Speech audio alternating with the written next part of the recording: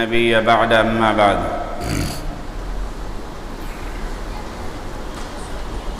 أعوذ بالله من الشيطان الرجيم بسم الله الرحمن الرحيم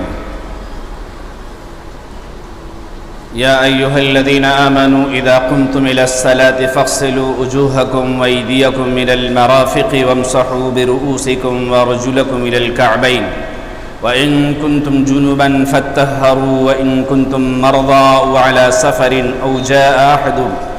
أو جاء أحد من الغائط أو لامستم النساء فلم تجدوا ماء فتيمموا صعيدا طيبا فامسحوا برؤوسكم وأرجلكم إلى الكعبين وإن كنتم جنبا فاطهروا وإن كنتم مرضى وعلى سفر صدق الله العظيم.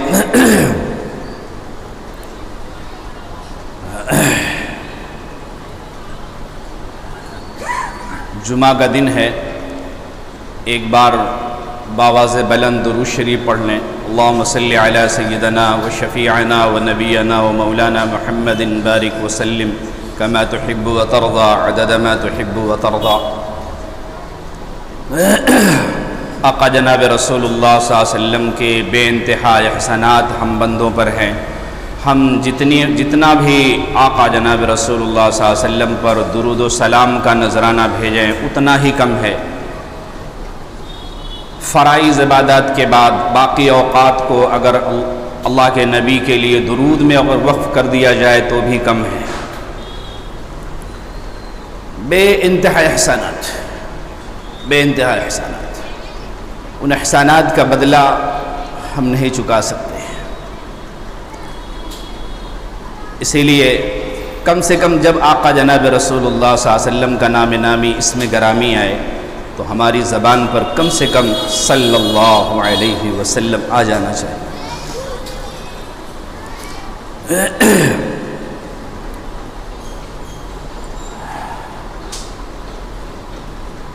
گزشتہ ایک جمعہ سے پہلے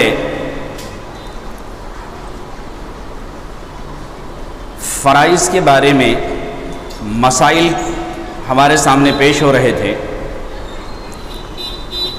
کہ ہم مسلمانوں پر بحیثیت مسلمان ہونے کے کس کس چیز کا علم فرض ہے.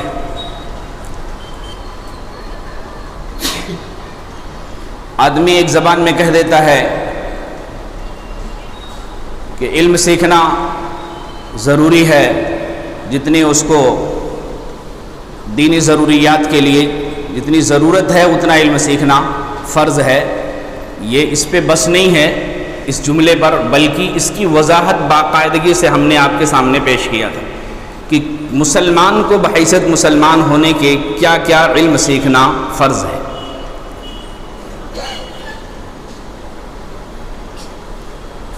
ایک آدمی کا انتقال ہونا ہے، اب اس کی ذمہ داری ہے کہ میرے انتقال سے پہلے میں وراثت جو چیز ہوتی ہے اس کا علم مجھے ہونا چاہیے، اس سے پہلے حاصل کر لے، اور موت سے پہلے وراثت کے جو تقسیم کے ورثہ کے جو حصے ہیں اس پر وہ وصیت اگر کرنا ہے تو وصیت لکھے، اور اس کا علم ہو کہ میرے وراثت میں کس کس کا حق ہے. اس کا علم ہونا مسلمان ہونے کے ناطے اس کے لیے ذمہ داری ہے. بعض مرتبہ اولاد سے ناراض ہو کر بعض ورثہ کسی نواسے کو یا کسی اور کو اپنی پراپرٹی اس کے نام پر کر دینے کی فکر میں لگے رہتے ہیں، اور بعض کر بھی دیتے ہیں کہ نہیں میں اپنی اولاد سے فلاں اولاد سے ناراض ہوں اس لیے میں اپنی پراپرٹی اس کے نام سے کر دیتا ہوں، حالانکہ وہ وارث نہیں ہے، وہ وراثت کا حقدار نہیں ہے. ہاں اگر وہ لکھ دیتا ہے کسی ایسے کو جو حقدار نہیں ہے تو کل قیامت میں یہ لکھنے والا پکڑ کا باعث بن جائے گا کہ جس کا حق نہیں تھا اس کو تم نے کیوں دیا. ہاں اگر یہ وارث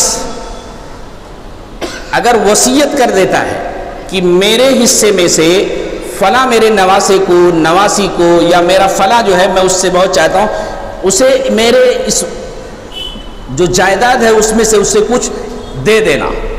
تو اس وراثت کی حیثیت پر، اس وراثت، اس وارث کے وصیت کرنے کی بنیاد پر اب جو ورثہ ہیں ان کی ذمہ داری ہے کہ وصیت کی بنیاد پر اس کو دیا جائے. پھر یہ گنہگار نہیں ہوگا.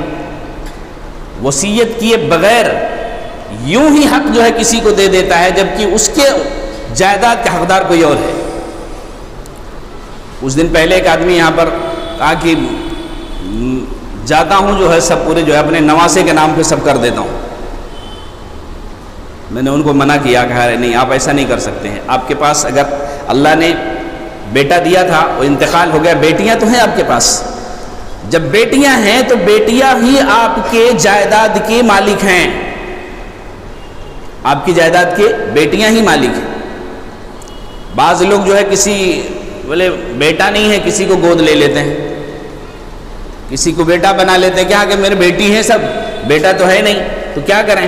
کسی کو بیٹا بنا لیتے ہیں تاکہ میری جائیداد کا وہ حقدار بن جائے. شرعی اعتبار سے کبھی بھی وہ حقدار نہیں ہے.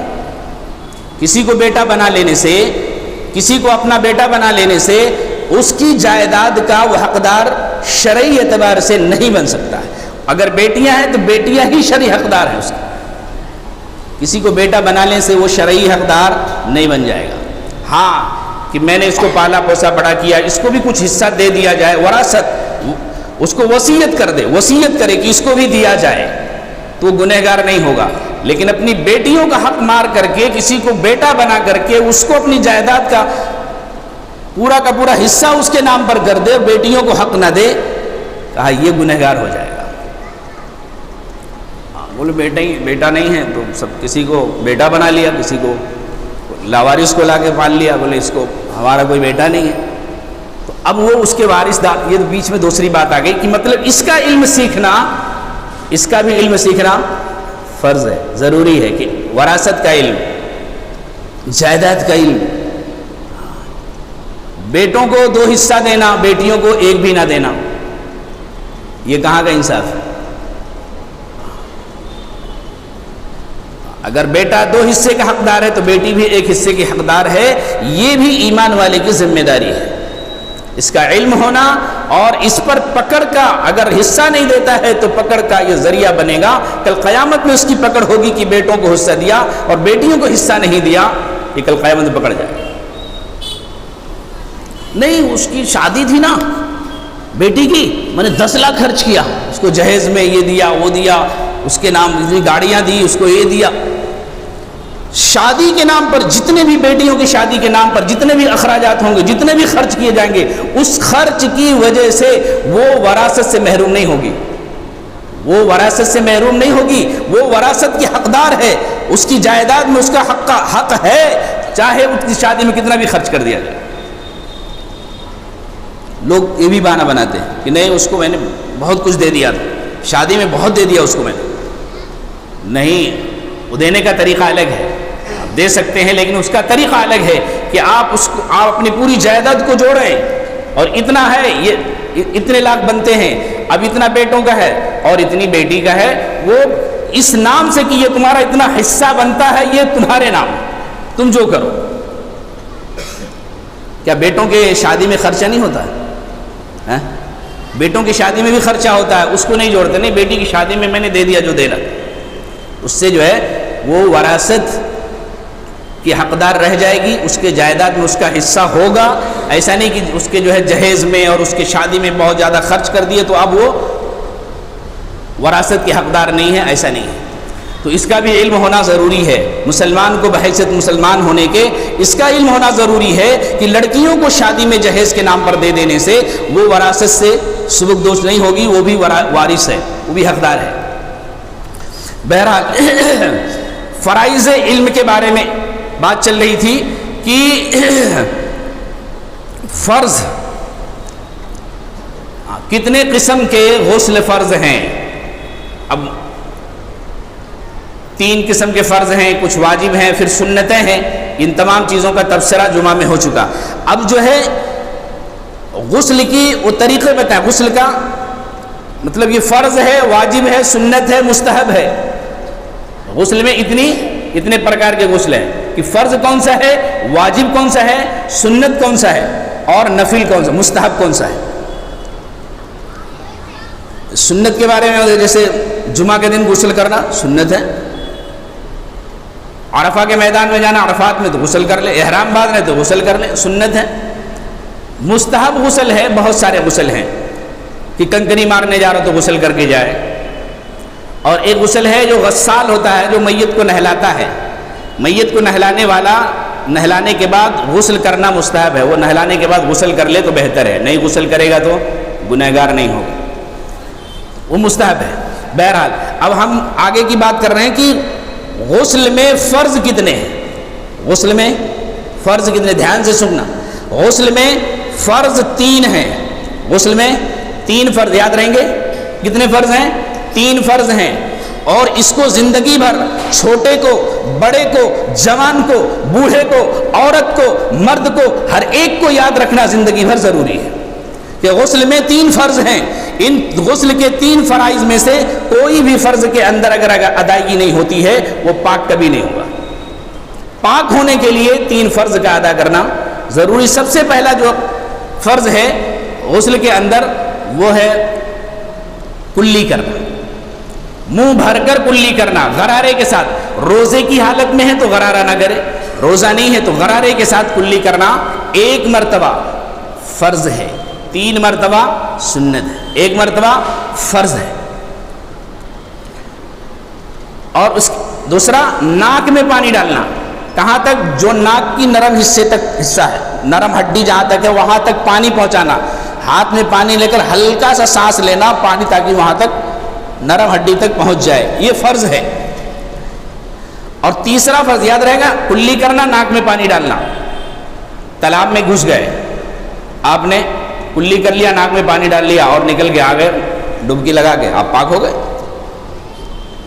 لیکن آپ نے پوری ڈبکی لگائی، پورے تالاب میں آپ نے اڑی مارا، پوری چھلانگیں لگائی، لیکن نہ کلی کیے اور نہ ناک میں پانی نہیں ڈالے، وہ پورا پانی آپ کو پاک نہیں کر پایا، پورا تالاب کا پانی بھی آپ کو پاک نہیں کیا، کیونکہ آپ نے کلی نہیں کیا، ناک میں پانی نہیں ڈالا۔ تو ناک میں پانی ڈالنا، کلی کرنا۔ اور تیسرا جو ہے پورے بدن کو اس طرح بھگانا ہے کہ پورے جسم کے کسی حصے پر بال کے برابر کوئی جگہ سوکھی نہ رہے، کوئی جگہ سوکھی بال کے برابر، بال کے برابر اگر کوئی جگہ سوکھی رہتی ہے پورے دریا اڑیل لے گا، وہ پاک نہیں ہوگا، پاک نہیں ہوگا۔ اس لیے عورتیں جو غسل کرتی ہیں ان کے لیے بھی ضروری ہے کہ پورے جسم کے حصے پر پانی پہنچے۔ اگر ان کا بال گدھا ہوا ہے، بدھا ہوا ہے، چوٹی لگی ہوئی ہے تو چوٹی کا کھولنا ضروری نہیں ہے، لیکن بال کی جڑوں میں پانی پہنچانا فرض ہے، بال کی جڑوں میں پانی پہنچانا فرض ہے۔ اگر بال کی جڑ میں پانی نہیں پہنچتا ہے تو وہ پاک نہیں ہوں گے۔ ہاں، اس لیے اگر اندیشہ ہو کہ بال نہیں کھولیں گے تو پانی نہیں پہنچے گا، اس لیے ضروری ہے کہ بال کھول دیں اور بال کھول کر کے بال کی جڑوں تک پانی پہنچائیں تاکہ جو ہے ہر جگہ پانی پہنچ جائے۔ اور مرد حضرات بھی جو غسل کرتے ہیں، بہت ساری ایسی جگہیں ہیں جہاں پر پانی نہیں پہنچ سکتا ہے، اس جگہوں کو بار بار اس کو مل کر کے پانی پہنچانا۔ عورتیں آٹا گوندتی ہیں، ان کے جو ہے ناخن میں، ان کے بدن میں کسی حصے میں جو ہے آٹا لگا رہ گیا، ناخن کے اندر آٹا لگا رہ گیا اور وہ سوکھ گیا، اس نے غسل کر لیا اور بعد میں دیکھا کہ ارے تو آٹا لگا ہوا تھا، وہ پاک نہیں ہوئی، پاک نہیں ہوئی۔ وہ آٹا لگا ہوا تھا، اس کے نیچے پانی نہیں گیا، وہ پاک نہیں ہوئی۔ یہ کون بتائے گا؟ یہ مرد کی ذمہ داری ہے عورت کو بتانے کی۔ اگر آٹا لگا رہ گیا ناخن پر اور اس نے غسل کر لیا اور اس آٹے کے نیچے پانی نہیں گیا تو غسل ادا نہیں ہوا۔ تو اب کیا کرے؟ آٹا دکھائی دیا تو اس کو آٹا کو چھڑا کر کے پانی پہنچا دے، واپس سے غسل کرنا ضروری نہیں ہے۔ آٹا چھڑائے اور اس کو پانی سے دھو لے، واپس سے غسل کرنا ضروری نہیں ہے۔ ہاں، اس نہانے کے بعد اور وہ آٹا لگا ہوا تھا، اس نے کوئی نماز پڑھ لی، بعد میں اس کو نظر آیا کہ آٹا لگا ہے تو اب اس کو چاہیے کہ جو نماز پڑھی ہے اس کو لوٹا لے۔ آٹا نکالنے کے بعد، ہاتھ دھونے کے بعد، اب جو نماز پڑھ چکے تھے اس نماز کا لوٹانا بھی ضروری ہے، نماز کا معلوم تھے یہ مسائل؟ معلوم ہے آپ کو؟ یہ وہ مسائل ہیں جو مسلمان کو آئے دن روزمرہ کی ضروریات ہیں. عورتیں ایسے داگینے ایسے زیورات پہنتی ہیں، اگر وہ زیورات ٹائٹ ہیں اور ان سوراخوں کے اندر اگر پانی نہیں جاتا ہے تو ان کا غسل نہیں ہوتا ہے، غسل نہیں ہوتا ہے. اس لیے زیورات پہننے والی عورتوں کی ذمہ داری ہے کہ ان زیورات کے جہاں پہ سوراخ ہیں ان سوراخوں کے اندر بھی پانی پہنچائیں، ان سوراخوں کے اندر بھی پانی پہنچائیں. یہاں تک کہ مرد کے لیے بھی عورت کے لیے بھی کان کے اوپر کا حصہ اندر سوراخ کے اندر نہیں، جتنا کان کے اندر دکھائی دیتا ہے، اس کان کے ہر پورے اس باہری حصے میں جتنے جو ہے پیچیدگی ہیں، اونچ نیچ ہے، ان تمام اونچ نیچ کے اندر پانی پہنچانا ضروری ہے. اگر ان کے اندر کوئی بال برابر جگہ رہ گئی تو پاک نہیں ہوا. کان کے اندر ناف کے سوراخ میں، ناف ہے سوراخ ہے اس کے اندر، اگر اس کے اندر مرد اور عورتیں اگر پانی نہیں پہنچاتی ہے تو پاک نہیں ہوں. اس ناف کے جو ہے سوراخ میں بھی پانی پہنچنا چاہیے. یہ ہے فرض میں سے کہ آپ نے غسل کر رہا ہے تو کن چیزوں کی؟ پینٹر حضرات جو پینٹنگ کرتے ہیں ان کے لیے ضروری ہے اعضائے طہارت جو پاکی حاصل کر رہے ہیں یا غسل حاصل کر رہے ہیں، اگر ان پر غسل فرض ہے تو غسل سے پہلے جسم کے جس حصے پر اگر پینٹ لگا ہوا ہے اس سے پہلے اس پینٹ کا چھڑانا فرض ہے. اگر پینٹ چھڑائے بغیر وہ غسل کر لیتا ہے وہ پاک نہیں ہوتا ہے. پینٹ کو چھڑائے بغیر غسل کر لیتا ہے تو پاک نہیں ہوتا ہے. تو اس سے پہلے کہ وہ پینٹ کو چھڑائے پھر جو ہے غسل کرے، اور غسل کر لیا پاک ہو گیا. وضو کرنا تھا، پاک ہے لیکن وضو کرنا تھا، لیکن اعضائے وضو جو وضو کے اندر جو پیر ہاتھ دھوئے جاتے ہیں اس کے اندر اگر وہ پینٹ لگا ہوا ہے تو اس کا چھڑانا بھی فرض ہے. اگر نہیں چھڑائے گا تو وضو نہیں ہو.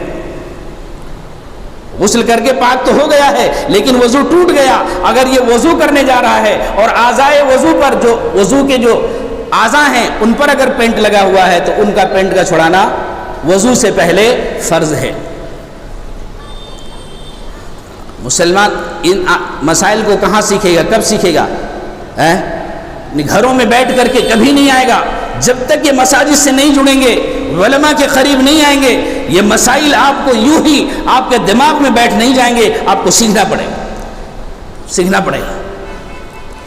اور جو عورتیں ان مسائل سے ناواقف ہیں ان عورتوں کے مردوں کی ذمہ داری ہے کہ ان مسائل سے ان کو واقف کرائیں، اور جہاں ان مسائل کی جو معلومات ہوتی ہے وہاں تک ان عورتوں کو پہنچایا جائے کہ نہیں تم جاؤ وہاں سیکھو، سیکھو. یہ مرد کی ذمہ داری. تو یہ غسل کے اندر یہ فرض 3 ہے. اگر عورتیں یا مرد کوئی بھی منہ کے اندر جو ہے وہ کوئی مصری کیا بولتے ملتے ہیں، مصری ملتے ہیں اور دانتوں کے دراز میں وہ پھنس جاتی ہیں، دانتوں کے دراز میں جو ہے وہ چیزیں مصری جو ملتی ہیں وہ لگی رہ جاتی ہیں، اور وہ لگی ہوئی اگر غسل کرتی ہیں تو غسل نہیں ہوگا جب تک ان کو چھڑا نہ لے. ان کو چھڑانا چاہیے، پہلے چھڑایا جائے پھر غسل کیا جائے. تو بہرحال یہ چیزیں جو ہے یہ مسائل وہ ہیں جو ہم کو اور آپ کو ہر روز مرہ لگتی ہیں ہر مسلمان کے لیے. تو ان مسائل کا سیکھنا فرض ہے مسلمان ہونے کی ناطے. تو یہ ہے غسل کے فرائض. سنتیں تو بہت ساری ہیں کہ جو ہے وضو کرنا، پہلے غسل سے پہلے وضو کرنا، اور شرمگاہ کی جگہ کو دھونا، کوئی چیز لگی ہے یا نہیں لگی پھر بھی دھونا سنتیں ہیں. باقاعدہ وضو کرنا، دائیں موڈے پہ پانی ڈالنا، پہلے سر پہ ڈالنا پھر دائیں موڈے پر پھر بائیں موڈے، 3 بار ڈالنا. بہرحال سنتیں ہیں. فرض تو پہلے سیکھیں انشاءاللہ، سنت بھی آ جائیں گی. اس کے آگے جو ہے فرمایا کہ جو ہے وضو کے اندر 4 فرض ہیں. وضو کے اندر 4 فرض ہیں. وضو میں کتنے فرض ہیں؟ غسل میں 3، وضو میں 4. آپ غسل کر کے پاک ہو گئے ہیں، آپ نے غسل کے جو طریقے بتائے اس طریقے پر آپ نے غسل کر لیا. آپ اس غسل کیے ہوئے طریقے پر آپ نماز پڑھ سکتے ہیں. آپ کو الگ سے وضو کرنے کی ضرورت نہیں ہے. آپ کو الگ سے وضو کرنے کی ضرورت نہیں ہے، بلکہ غسل کرنے کا جو طریقہ اس طریقے پر آپ نے غسل کیا، اور اس غسل کیے ہوئے سے آپ نے کوئی نیکی کا کام نہیں کیا، آپ نے قرآن نہیں پڑھا، کوئی سنت نہیں پڑھا، کچھ بھی نہیں کیا، اور پھر سے آپ نے وضو کیا، کہا ایسا کرنا مکروہ ہے۔ ایسا کرنا، پہلے اس غسل کی جو وضو ہے، غسل سے جو آپ پاکی حاصل کیے ہیں، اس غسل کی پاکی سے کچھ آپ پڑھ لیں، کچھ کر لیں، پھر کوئی وضو کریں۔ آپ کا وضو ٹوٹا نہیں، پھر بھی آپ وضو کر رہے ہیں، ایسا کرنا مکروہ ہے۔ بلکہ جو غسل سے جو آپ پاک ہوئے ہیں اسی سے آپ نماز پڑھ سکتے ہیں، اس سے قرآن پڑھ سکتے ہیں۔ آپ کو ایسا لگتا ہے کہ نہیں ہم نے قرآن پڑھ لیا، چلو پھر سے وضو کر لیتے، لیکن اس سے پہلے کچھ پڑھ لینا چاہیے، کوئی نیکی کر لینا چاہیے جس کے لیے وضو لگتی ہے۔ ایسی نیکی جس کے لیے وضو لگتی ہے وہ کر کے پھر وضو کر سکتے ہیں۔ بغیر اس غسل کیے، غسل کرنے کے بعد بغیر کوئی نیکی کیے پھر سے وضو کرنے جا رہے ہیں تو مکروہ ہے۔ تو وضو کے اندر 4 فرض ہیں۔ چہرہ دھونا، کیا دھونا؟ چہرہ، پیشانی کے بال سے ٹھوڑی کے نیچے تک، ایک کان کی لو سے دوسری کان کی لو تک پورا چہرہ دھونا فرض ہے۔ اگر اس پورے چہرے دھونے کے اندر بال کے برابر کوئی جگہ سوکھی رہتی ہے تو وضو نہیں ہوگا، وضو نہیں ہوگا، وضو نہیں ہوگی تو بہت سارے لوگ دھوتے ہیں اور یہاں رہ جاتا ہے، نیچے رہ جاتی ہے، یہ داڑھی جو ہے اس کے نیچے تک۔ ہاں، جن کو داڑھی ہے ان کے لیے بھی سنیں، داڑھی تو سب کو ہے، نہ رکھیں وہ الگ بات ہے۔ تو اب جی چھوٹی چھوٹی داڑھی جن کی ہے ان کو بالوں کی جڑوں تک پانی پہنچانا ضروری ہے۔ اچھا، یہ سائڈ کے جو ہے بال، سائڈ کے بال جو ہیں اتنے دور دور ہیں کہ کھال نظر آتی ہے تو ان کھال تک پانی پہنچانا فرض ہے، کھال تک پانی پہنچانا فرض ہے۔ جو کھال نظر آتی ہے، بال کے اوپر سے کھال نظر آتی ہے، دور دور بال ہیں تو اس کھال کے اندر پانی پہنچانا فرض ہے۔ جو گھنی داڑھی ہے، بالکل جو ہے چوڑی نظر نہیں آتی ہے، کھال نظر نہیں آتی ہے، تو اب اس پر اندر پانی پہنچانا فرض نہیں ہے۔ ایسی داڑھی جس کے کھال نظر نہیں آتی ہے اس کے نیچے تک کھال تک پانی پہنچانا فرض نہیں ہے، اس داڑھی پر خلال کرنا ہے، داڑھی پر بھیگا ہوا ہاتھ پھیر، انگلی خلال کرنا۔